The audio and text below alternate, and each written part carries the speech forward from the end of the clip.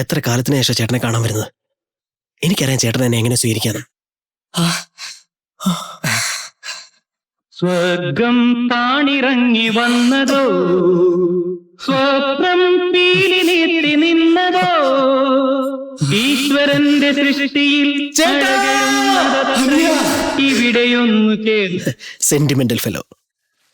ചേട്ടാ, എന്താണ് ഇത്രയും താമസിച്ചത്? മാമൻ പറഞ്ഞല്ലോ രാവിലെ പോകുന്നു.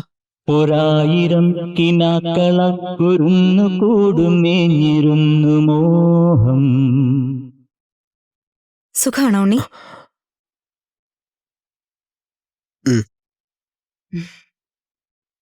ആ പിന്നെ ഒരു കാര്യം പറയാനാ നിന്നോട് വരാൻ പറഞ്ഞത്. വന്ന് കേറുന്നതിന് മുമ്പ് കാര്യം പറയാമോ? ആദ്യം ഞാനൊന്ന് ഫ്രഷ് ആവട്ടെ. പിന്നെ നിന്നോട് വരാൻ പറഞ്ഞത്. ഒന്ന് നിർത്താവോ? രാവിലെ മുതൽ ഞാനൊന്നും കഴിച്ചിട്ടില്ല, വിശന്നിട്ട് വയ്യ. ശരി, നിനക്ക് ക്ഷീണമുണ്ട്, നീ വിശ്രമിക്ക്, നമുക്ക് പിന്നെ സംസാരിക്കാം. അതെ, എന്തിനാ എന്നെ വിളിച്ചെന്ന് വേഗം പറയാൻ നോക്ക്, വെറുതെ സമയം കളയണ്ട. നിന്റെ ചേട്ടത്തേക്ക് ട്രാൻസ്ഫർ ആയി. എന്താ ഞാൻ പറഞ്ഞത്? നിന്റെ ചേട്ടത്തേക്ക് ട്രാൻസ്ഫർ ആയെന്നാ.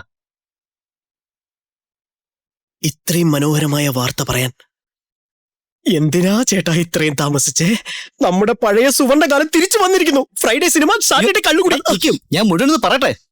വേഗം പറയൂ ചേട്ടാ, ചേട്ടൻ എന്ത് പറഞ്ഞാലും ഞാൻ കേൾക്കും.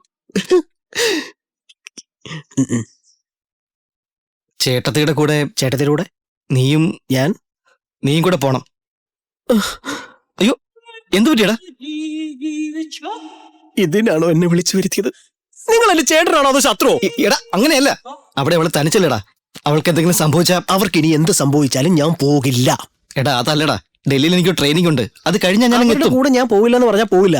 എടാ, ചെറുപ്പം മുതൽ ഇത്രയും കാലം വരെ ഞാൻ നിന്നോട് ഒന്നും ആവശ്യപ്പെട്ടിട്ടില്ല. നിന്റെ ചേട്ടൻ ആദ്യമായിട്ട് നിന്നോടൊരു കാര്യം ആവശ്യപ്പെടുക, നീ അവളുടെ കൂടെ പോകണം.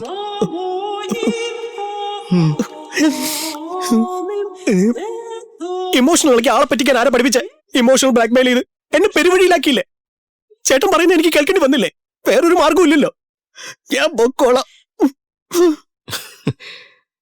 Sentimental fellow.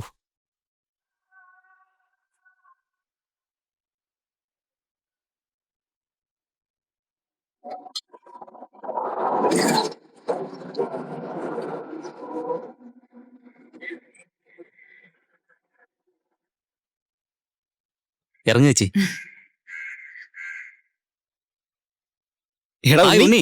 എന്തൊക്കെയുണ്ടടാ? ഹായ്. എത്ര നാള് കൂടിയിട്ടാ കാണുന്നത്? അതെ, സുഖല്ലോ.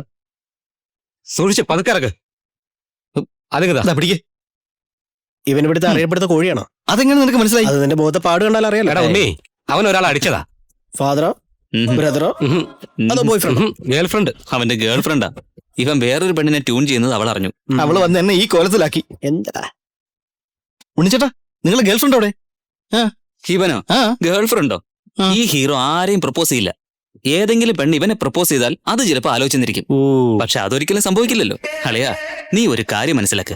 ഒരു ആൺകുട്ടിയുടെ പ്രേമം വാട്ടർ ടാങ്ക് പോലെയാണ്. ടാപ്പ് തുറന്നാൽ ഉടനെ വെള്ളം വരും.